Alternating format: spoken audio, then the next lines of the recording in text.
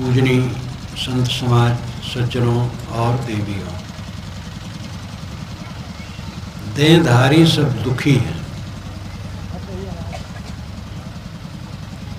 देह धर करके जीव दुख भोगता है।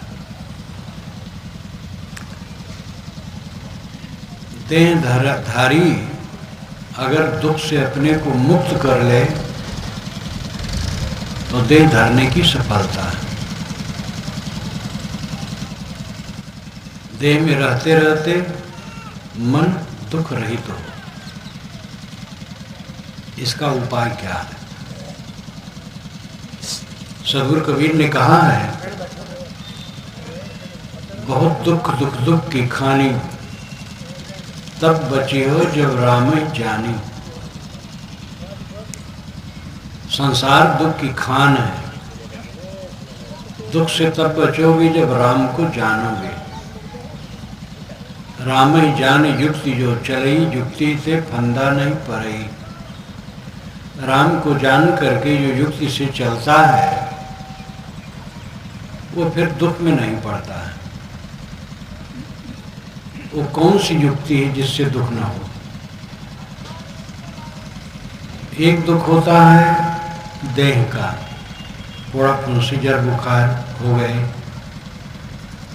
भूख लग गई, प्यास लग गई, ठंडी लग गई, गर्मी लग गई, चोट लग गई,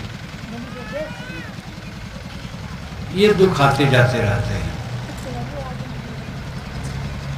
जो बंधनदायी दुख है वो है मन के राग द्वेष, मोह और वैर। मोह से सारे दुख पैदा होते हैं। मोह राग कहा जाता है, राग को मोह को बात एक है, उससे सारा दुख पैदा होता है। अब आदमी बेचैन रहता है। आदमी को खाने को मिलता है, पहनने को मिलता है और सोने की जगह भी मिलती है, लेकिन मन बेचैन है। ये दुख मिटेगा ज्ञान भक्ति वैराग से। आत्मा का ज्ञान प्राप्त करो और आत्मज्ञान देने वाले सद्गुरु संतों की प्रति भक्ति करो और दुनिया से निर्मोहता का काम करो। वही वैराग है। वैराग का अर्थ घर छोड़ देना या कपड़ा बदल लेना नहीं है। वैराग का अर्थ है मोह न करना। जो घर छोड़ दिए हैं, कपड़े बदल लिए हैं, उनको भी वैराग करना है और आप लोगों को भी वैराग करना है, क्योंकि एक दिन संसार छोड़ देना है। और एक दिन क्या, हरदम छूटता है। जितने यहाँ बैठे हैं ये सब पहले शिशु थे। हम लोग सब शिशु थे और शिशुपन छूट गया, बालकपन आ गया, बालकपन छूट गया, तरुणाई आ गई, वो भी छूट गई, जवानी आ गई, जवानी छूट गई, परिपक्व अवस्था आ गई, परिपक्व अवस्था छूट गई, जर्जरता आ गई, एक दिन शरीर छूट गया। छूटता हर समय है। जो हर समय छूटता है वहां मोह करना समझदारी नहीं। जिनके बीच में हम और आप रहते हैं उनके साथ सुंदर बर्ताव करें, मोह न करें।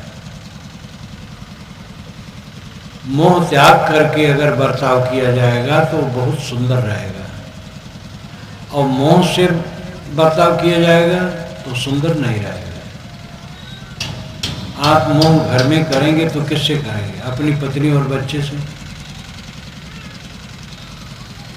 मोह संकुचित होता है। पत्नी में होगा मोह, भाभी में नहीं होगा, भाइयों में नहीं होगा, माँ बाप में नहीं होगा, भतीजे में नहीं होगा। अब अगर सब में है तो उसका नाम मोह नहीं, वो समता है, वहाँ तकलीफ नहीं है। मोह किसी व्यक्ति विशेष में होता है और अपनी पत्नी अपने बच्चे के लिए ही घर में चोरी की जाती है।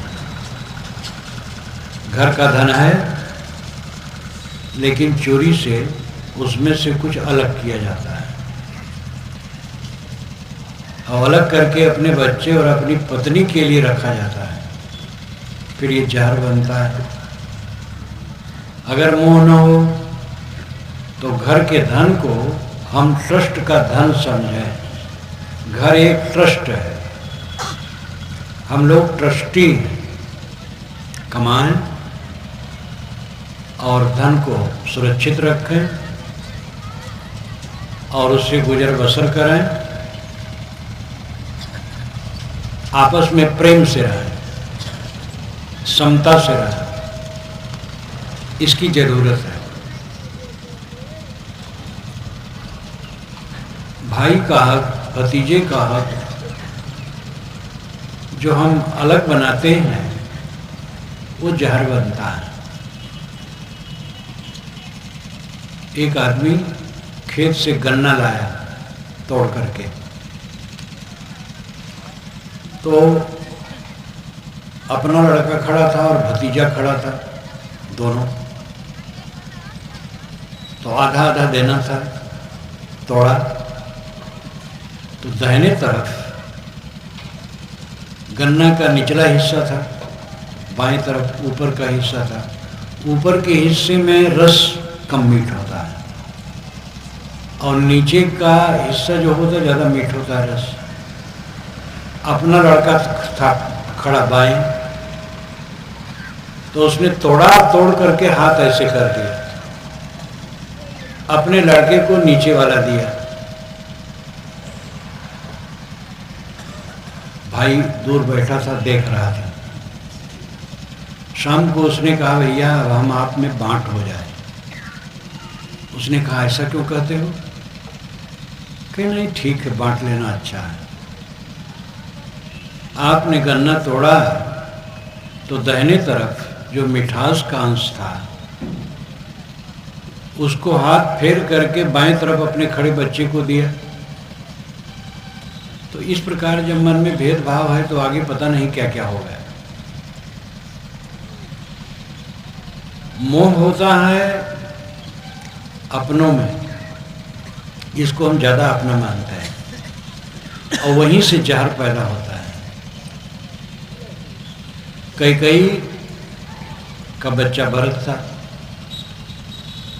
उनके मन में मोह था कि कैकेयी के मन में मोह था कि भरत का राज्य हो।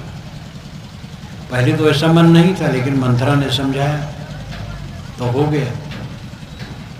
तो उसका परिणाम कितना जहर हुआ कि कैकेयी को जीवन भर रोना पड़ा और दशरथ तो रो रो करके प्राण छोड़ दिए।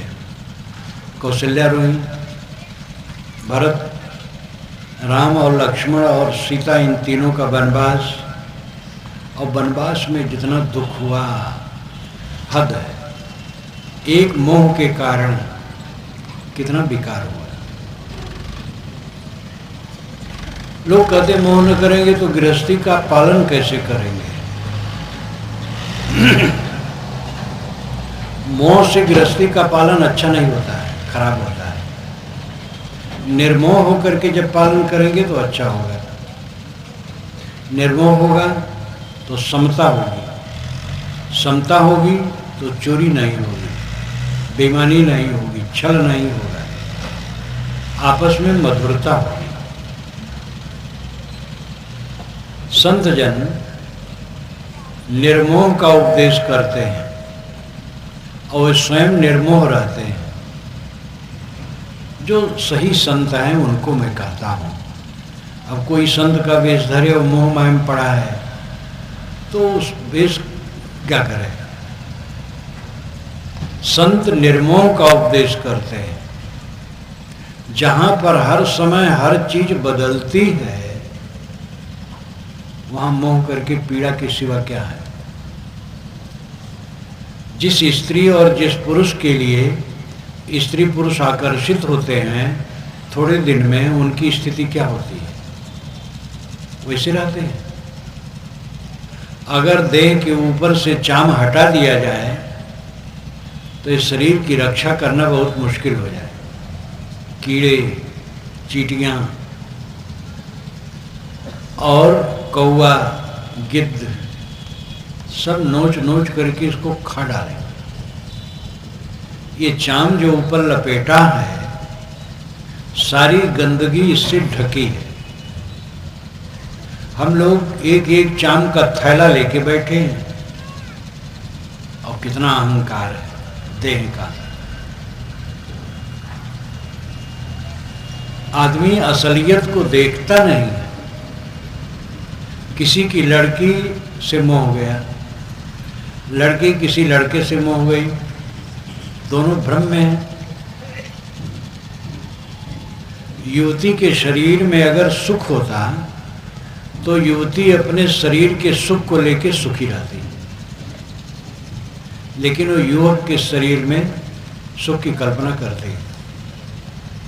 और युवक के शरीर में सुख होता तो युवक अपने शरीर के सुख को लेकर सुखी रहता है।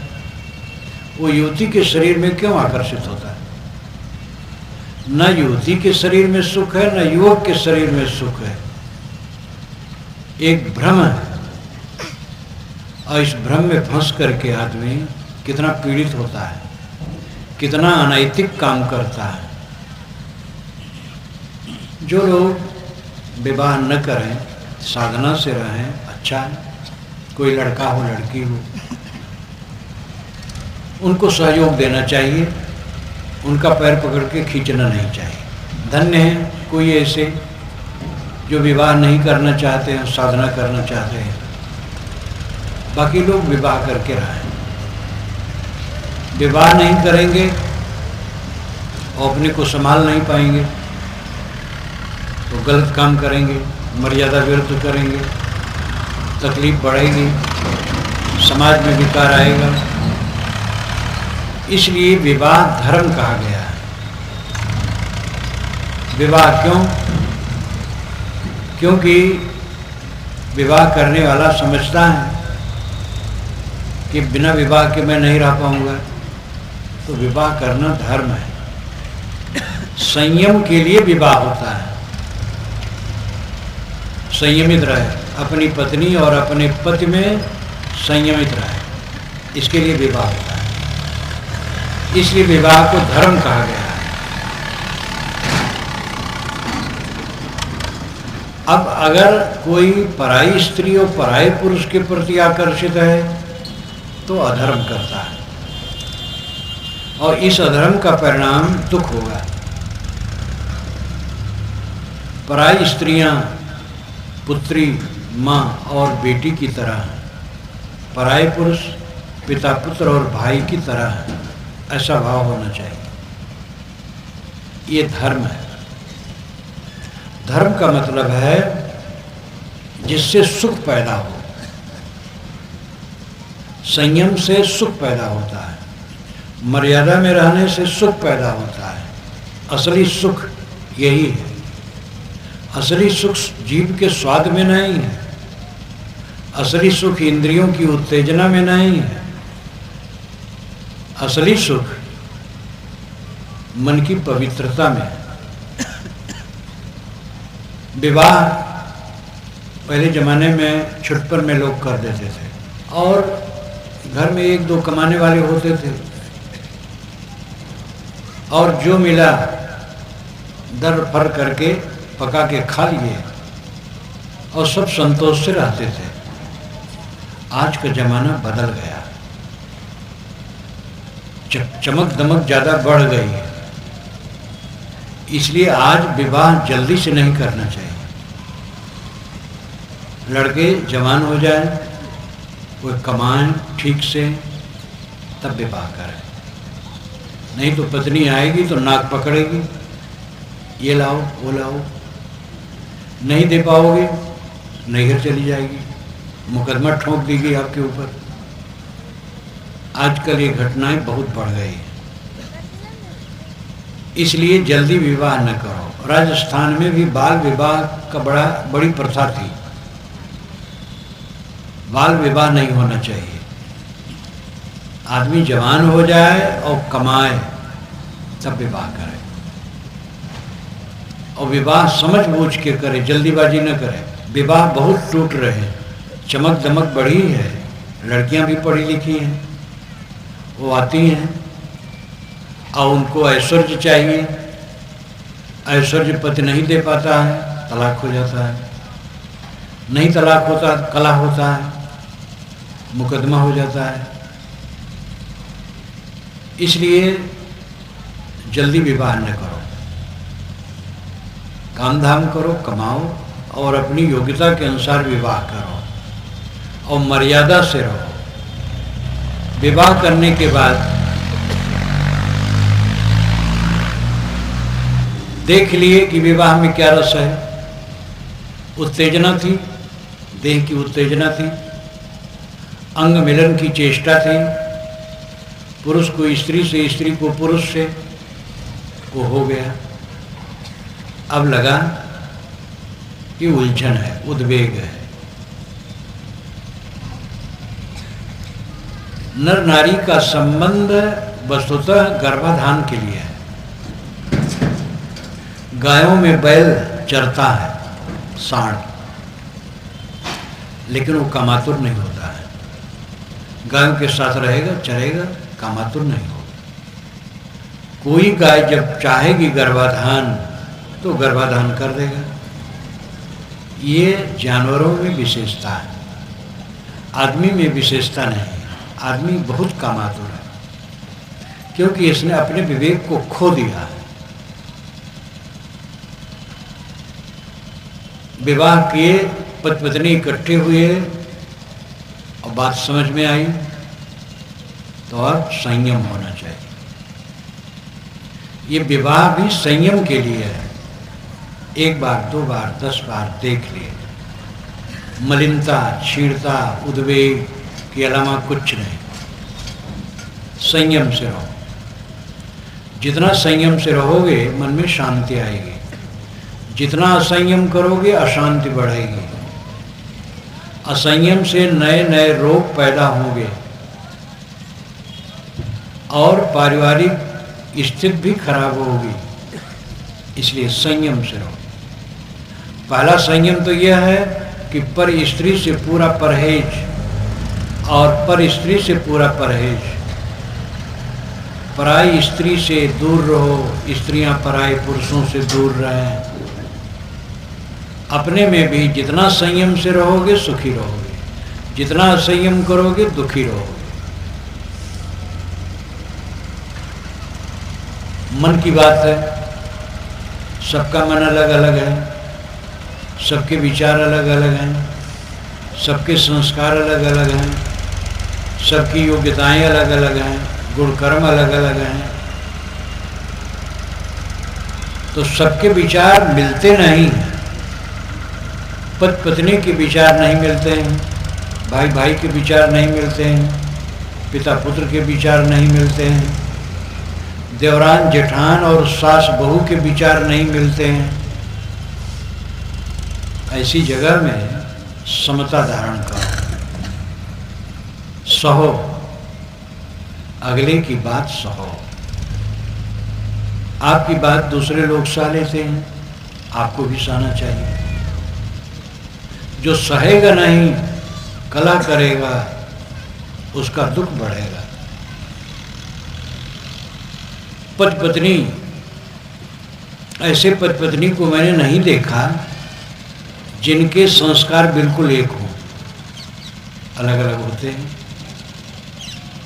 भाई भाई हैं, दोनों के संस्कार अलग हैं, रुचियां अलग हैं, स्वभाव अलग है। विषमता भरा संसार है। आप जानते हैं कि हाइड्रोजन और ऑक्सीजन मिल करके जल बनता है। हाइड्रोजन प्राणनाशक है और ऑक्सीजन प्राणप्रद है। विरोधी तत्व, एकदम विरोधी। लेकिन दोनों मिल करके जीवनदायी जल बनता है। पुरुष पुरुष से बच्चे नहीं होते हैं, स्त्री स्त्री से बच्चे नहीं होते हैं। स्त्री और पुरुष विषम है, उनके अंगों में विषमता है, समता नहीं, इसलिए दोनों से बच्चे होते हैं। विषमता में निर्माण होता है। मिट्टी पानी आग हवा चारों विषम हैं, इनके गुणधर्म विषम हैं और उन्हीं से कार्य पदार्थ बनता है। रुई, आग, तेल, ये विषम है, विरोधी, लेकिन तीनों मिल करके प्रकाश बनता है। विषमता में ही निर्माण होता है, इसलिए संसार द्वंद्वात्मक है। द्वंद्व ही दुनिया है। ऐसे द्वंद्व में हम रहते हैं, तो अहंकार करेंगे तो दुख के सिवा क्या होगा? जितना अहंकार करेंगे उतनी तकलीफ हमें होनी है। देह का अहंकार, झूठी जाति का अहंकार। जाति एक है, दो नहीं है, मनुष्य जाति। जाति शब्द संस्कृत भाषा का है, इसका अर्थ होता है पैदा होना। जाति पैदा होना और जात पैदा हुआ। बकरी से और सूअर से बच्चे नहीं होते हैं, इसलिए दोनों की जातियां अलग हैं। बैल से और भैंस से बच्चे नहीं होते हैं, इसलिए दोनों की जातियां अलग हैं। इसी प्रकार और भी आप सोच लीजिए। लेकिन इस दुनिया के किसी कोने के नर और किसी कोने की नारी से बच्चे होते हैं, इसलिए मानव मात्र की जात एक है, दो नहीं। जिसको आप ब्राह्मण शूद्र कहते हैं, हिंदू मुसलमान कहते हैं, उनके रक्त निकाल करके डॉक्टर के पास भेजा जाए और उनसे पूछा जाए कि आप बताइए इसमें ब्राह्मण का खून कौन है, शूद्र का खून कौन है और हिंदू मुसलमान का खून कौन है, तो डॉक्टर नहीं बता पाएगा। इसलिए सदगुरु कबीर ने कहा है, एक त्वचा हाड़ मलमूत्रा, एक रुधिर एक गुदा, एक बुंद से सृष्टि रची है, को ब्राह्मण को शूद्र।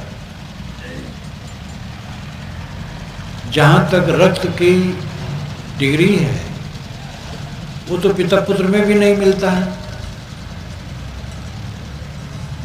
एक ब्राह्मण का लड़का विश्वविद्यालय में पढ़ता था, मेहतर का लड़का भी पढ़ता था, दोनों में मैत्री हो गई।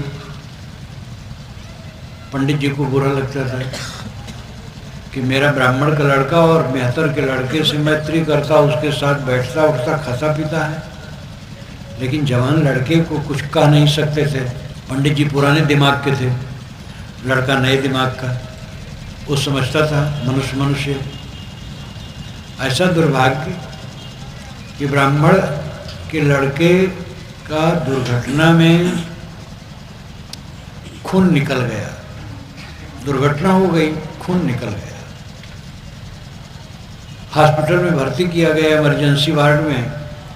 डॉक्टर ने कहा जल्दी से रक्त चढ़ाना है, नहीं तो बचेगा नहीं।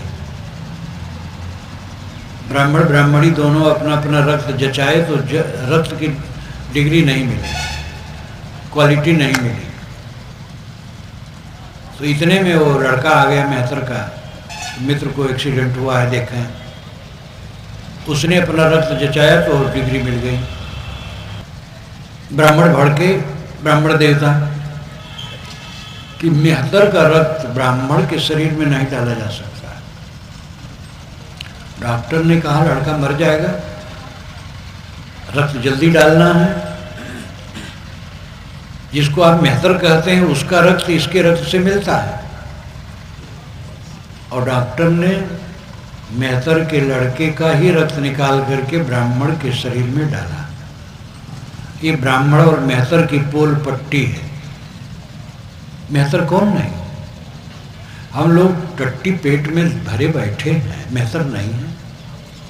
सबके पेट में क्या है? जो अपने को ऊंचा मानते हैं उनके पेट में क्या सोना चांदी है? टट्टी उनके पेट में भी है। और चांद सब ओढ़े हैं और ब्रह्म सब में बैठा है। ब्राह्मण कौन नहीं है? सबके अंदर में तो ब्रह्म बैठा है। ये चेतन आत्मा ब्रह्म है, सबके अंदर में बैठा है। कौन ब्राह्मण नहीं और कौन चमार नहीं, सब चाम ओढ़े हैं। और कौन मेहतर नहीं है, पेट में टट्टी भरे हैं। इस असलियत को क्यों न देखा जाए? असलियत को न देखने से मिथ्या अहंकार है। बहुत बहुत पढ़े लिखे हैं लेकिन बहुत साधारण ज्ञान नहीं है। ये अपना बनाया दुर्भाग्य। मोटी निगाह से इसको हम समझ सकते हैं। जाति मनुष्य की एक है, प्रेम का बर्ताव सबसे करो।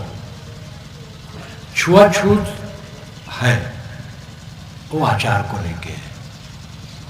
एक आदमी टट्टी घर में गया, निकला तो अछूत है, वो भंडार घर में न जाए। स्नान कर लिया, भंडार घर में जा सकता है, कोई भी हो। सब तो टट्टी धोते हैं अपनी टट्टी। सुबह उठ करके क्या काम करते हैं? जिनको बड़े पंक्ति पावन उच्च ब्राह्मण कहा जाता है, सुबह उठ करके क्या काम करते हैं? मेहतर का। उनकी टट्टी कोई दूसरा धोता है? अपने धोते हैं। इस चीज को क्यों नहीं हम समझते हैं? क्यों किसी को अछूत मानते हो? जन्म से अछूत है। कोई जन्म से अछूत नहीं। साहब कहते और कि छी ले तो हो छीचा, तुमसे कहो कौन है नीचा।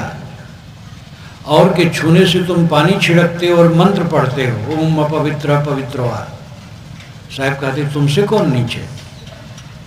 ये कबीर साहब आज से 500 वर्ष पहले काशी में ललकारे थे और आप आज इटावा में भी इसको नहीं समझ रहे हैं। काशी तो पंडितों की नगरी, इटावा पंडितों की नगरी नहीं है। और यहाँ भी इसको लागू नहीं कर पा रहे हैं अपने जीवन में। कबीर साहब चाहे थे कि मानव मात्र का अधिकार सब तरफ हो और कोई किसी को अछूत न कहे।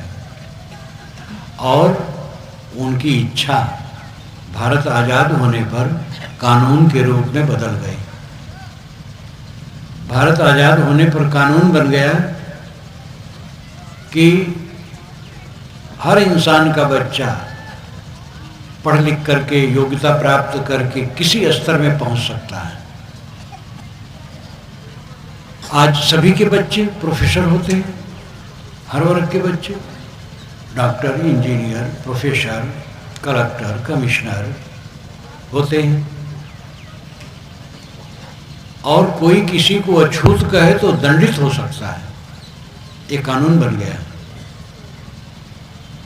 कानून काम कर रहा है, उसका असर हो रहा है, लेकिन हम लोगों की बुद्धि बदलनी चाहिए। अपना समधी आया है, मछली खाता है, मांस खाता है।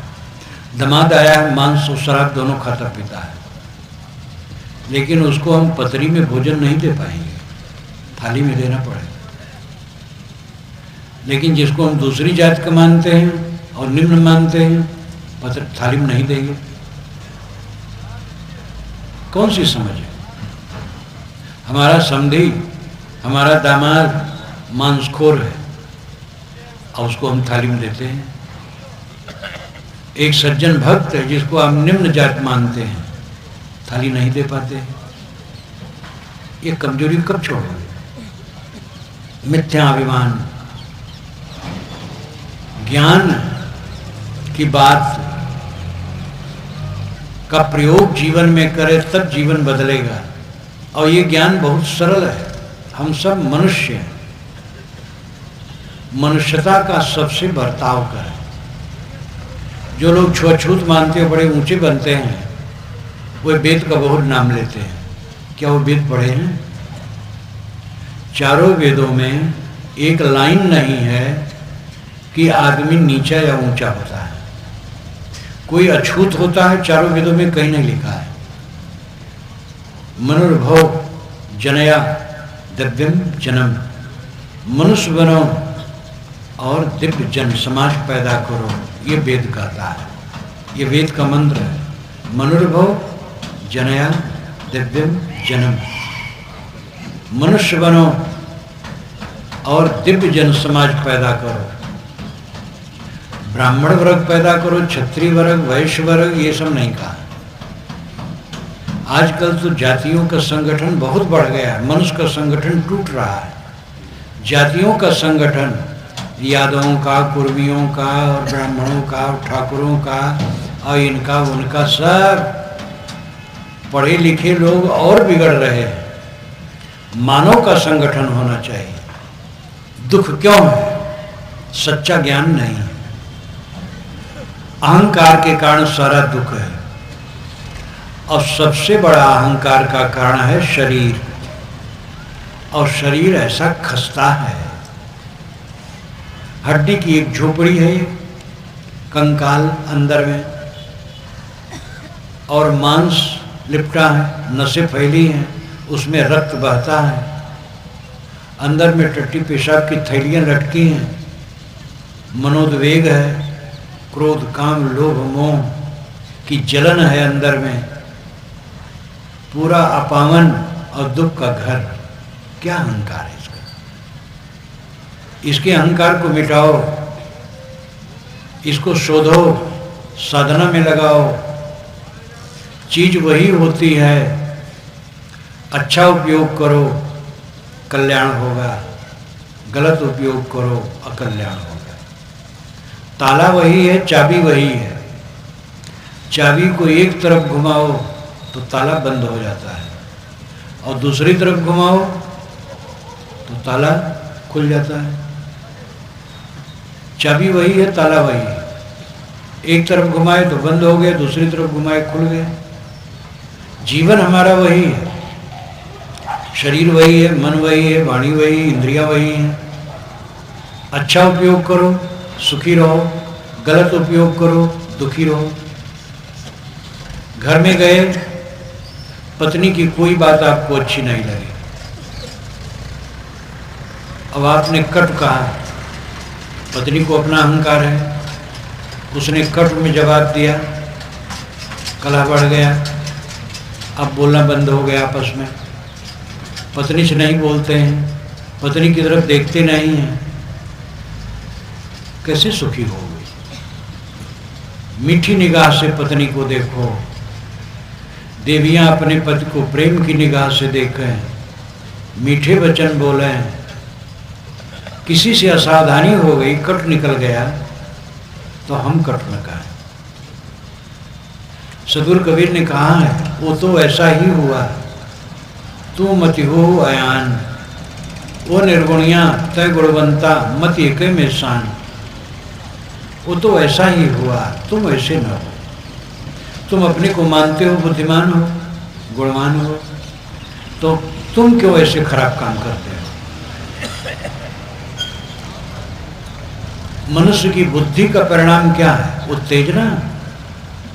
हर आदमी अपनी बुद्धि को ज्यादा मानता है और अपने आचार को ऊंचा मानता है। लेकिन अगर आपकी बुद्धि ऊंची है और आचार ऊंचा है, तो उसका परिणाम क्या होना चाहिए?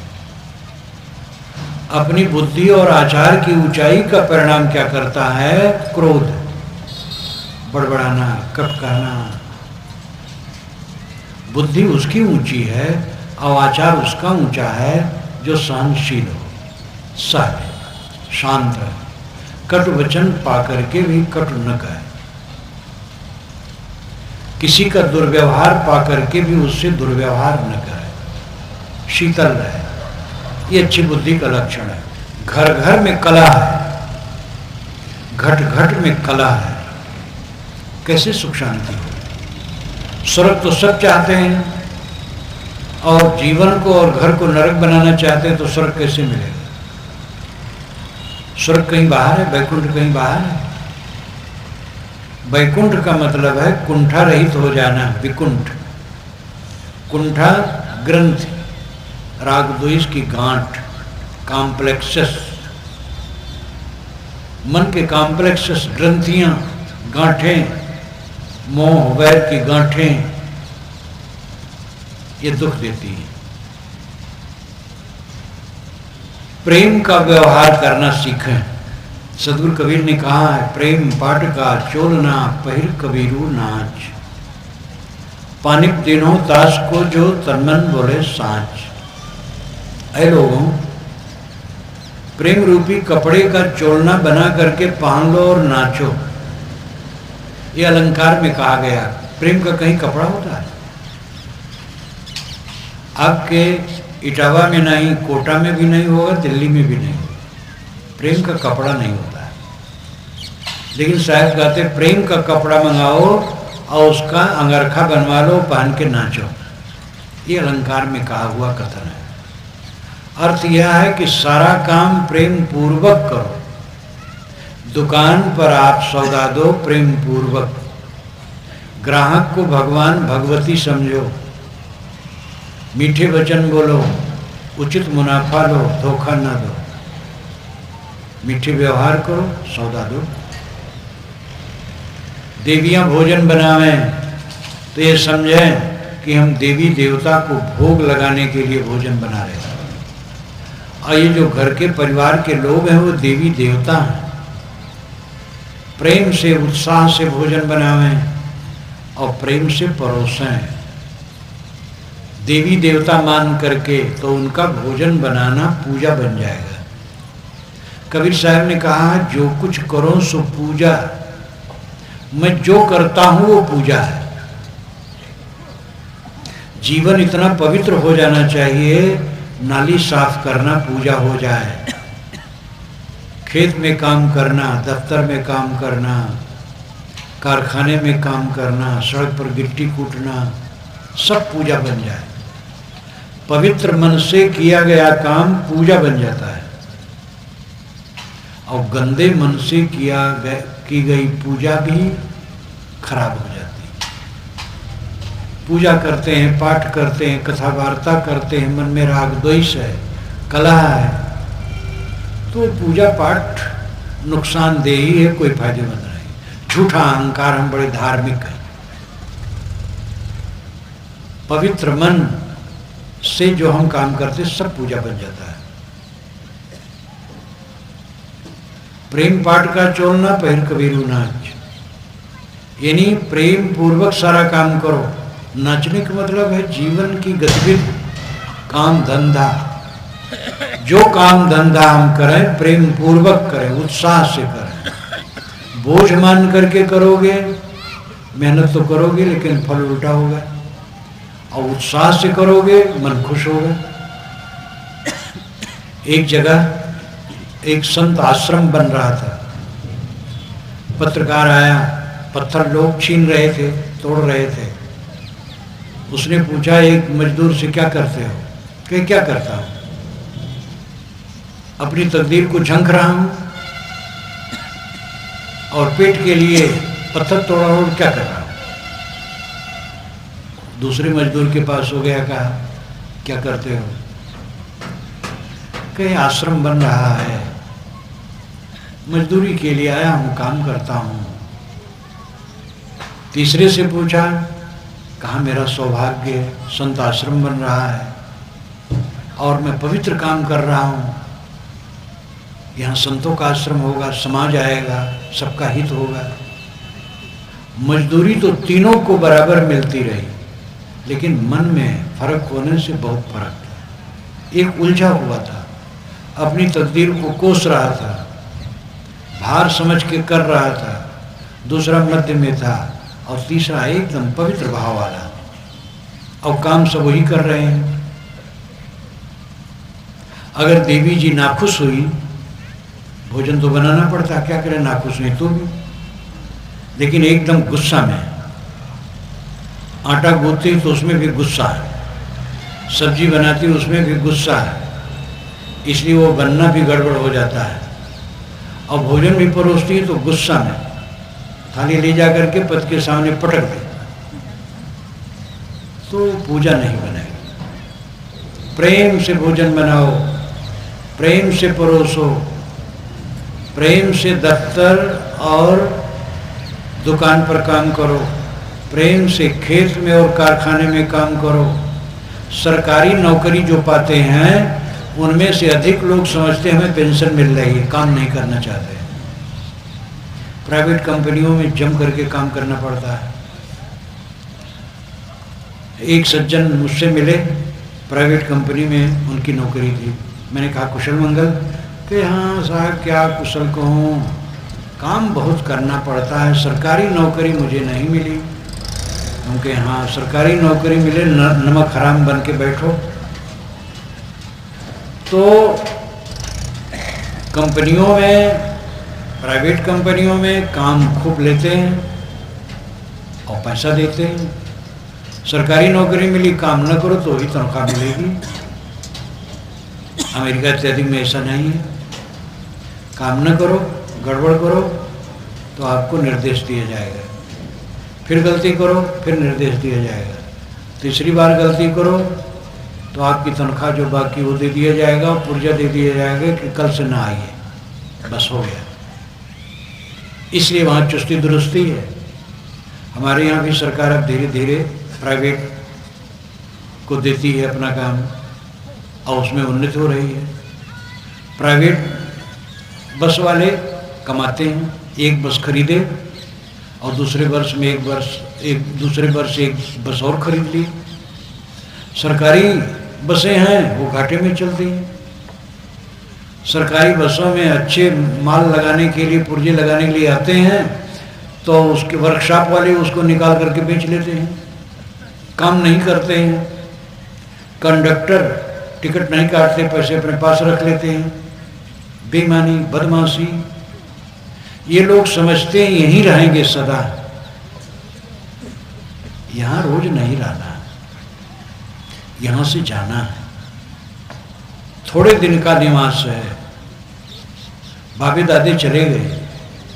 यत्पते क्वगता मथुरापुरी, रघपते क्वगतोत्तर कोशला, इत विचिंत मन कुरुसु स्थिरम नस्दिदम जगतित्यव धारे। यत्पत श्री कृष्ण महाराज के मथुरा का ऐश्वर्य कहाँ गया? रघुपत श्री रामचंद्र जी के उत्तर कौशल अयोध्या का ऐश्वर्य कहाँ गया? आप अपने लिए सोचिए आपको क्या करना है। बाबे दादे नहीं रहे, दादा बाबा और परपाजा जिनके यह वही भाड़े हो, आंधर भय हो कि फूटी तिनका है सब छाड़े हो। इस संसार सार को धंधांत काल कोई ना ही हो, उपजत बिनसत बार न लागे जो बादर की छाही हो। नाता गोता कुल कुटुंब सब इनकर कौन बड़ाई हो, कहीं कबीर एक राम भजे बिन बूढ़ी सब चतुराई हो। राम भजन बिना सारी चतुराई डूबेगी। सदगुरु कबीर राम को बहुत मानते हैं, राम की उपासना वो करते हैं और सबको कहते हैं राम उपासक बनो। लेकिन वो राम कौन है? वो राम श्री राम में भी था, दशरथ में भी था, रावण में भी था, हमारे में भी, आप में भी है। कबीर साहब से किसी ने पूछा आप राम राम बहुत कहते, राम क्या है? तो उन्होंने कहा कहाँ कबीर ये हरि के पूता, राम रमेते कुकुरी पूता। राम तो कुकुरी के पूत में भी रमा है। सब घट मेरा साइया सोनी सेज न कोय, ये चलते फिरते प्राणी जितने हैं सब राम मैं। ये कबीर का राम, यही असली राम है। श्री राम की उपासना करने वाले हिंदू में भी थोड़े ही हैं। कट्टर कृष्ण उपासक श्री राम की उपासना नहीं करते। शैव लोग श्री राम की उपासना नहीं करते, आर्य समाजी नहीं करते, वेदांती नहीं करते, जैनी बौद्ध नहीं करते, निर्गुणी धारा वाले नहीं करते।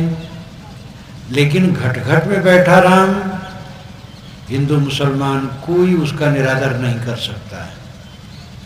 कबीर की दृष्टि सर्वत्र व्यापक है, उदार, सार्वभौमिक।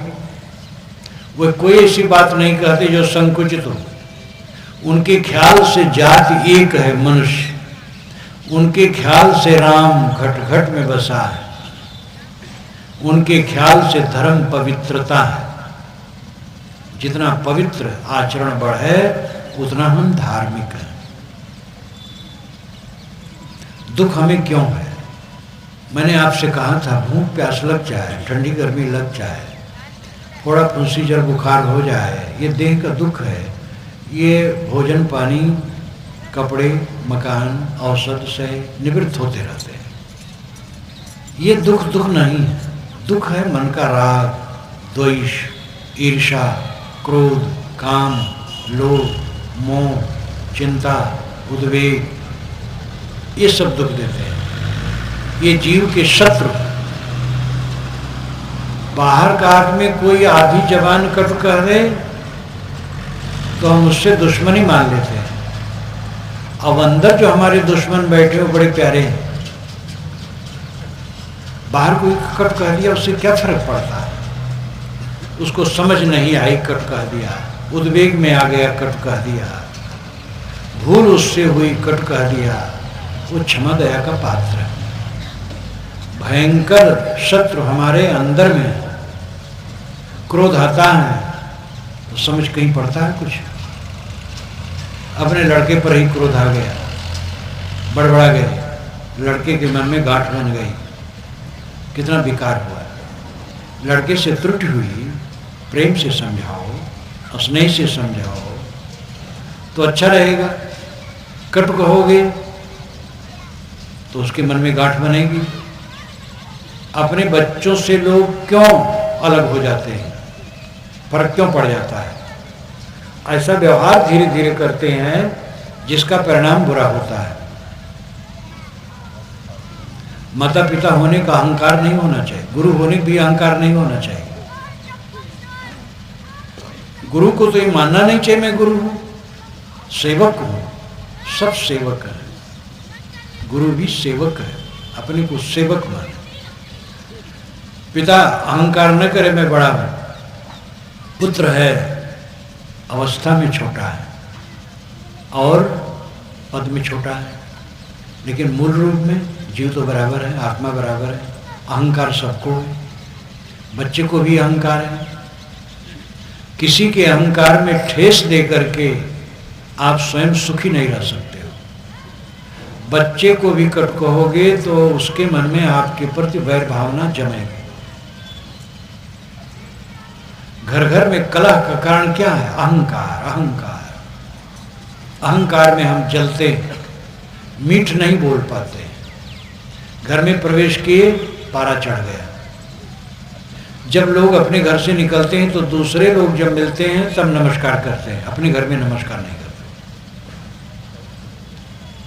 जब दूसरे के घर जाते हैं तो वहाँ के बूढ़े बच्चे जवान स्त्री पुरुष सबसे खूब मीठी बात करते हैं।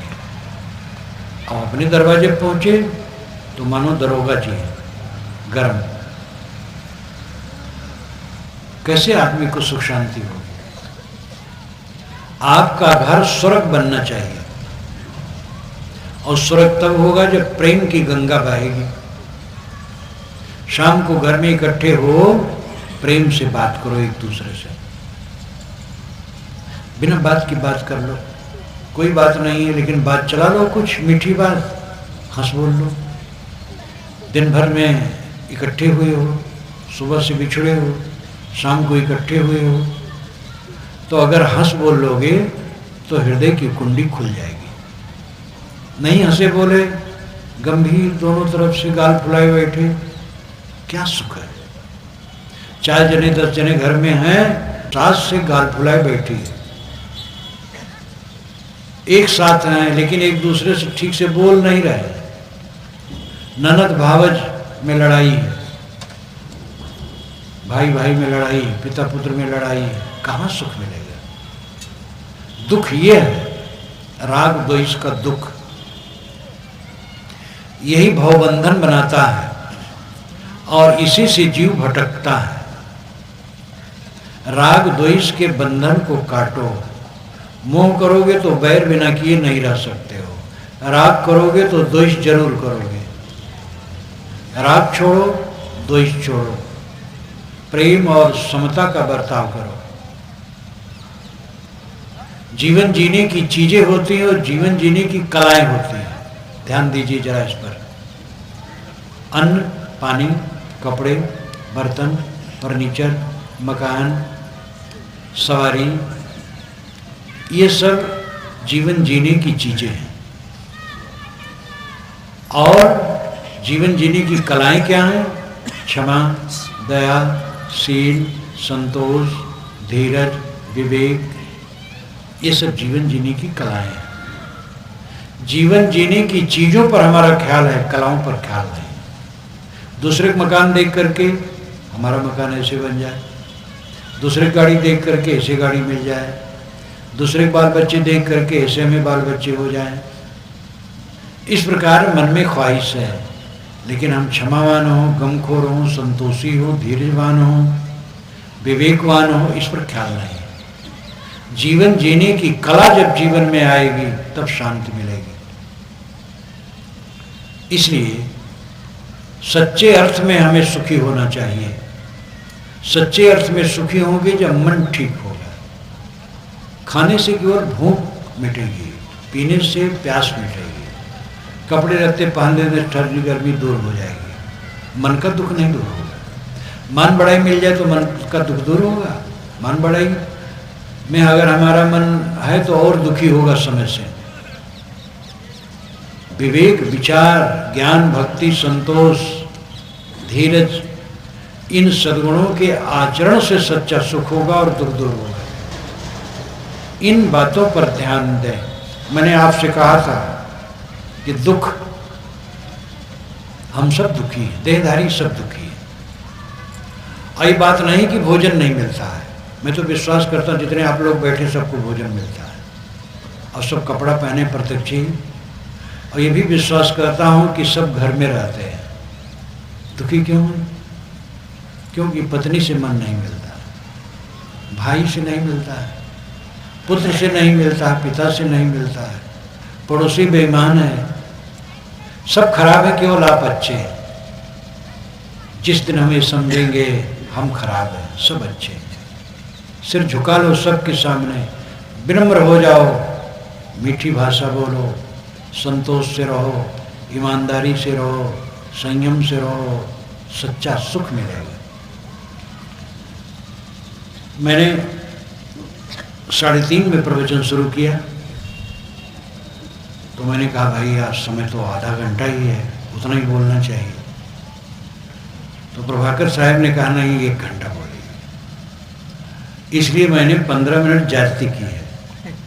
अब और नहीं बोलूँगा क्योंकि 4 बजे बंद होना था, 4 बजे बंद होना चाहिए, तब 4:30, 4:15 हो गया, 4:15 से ऊपर।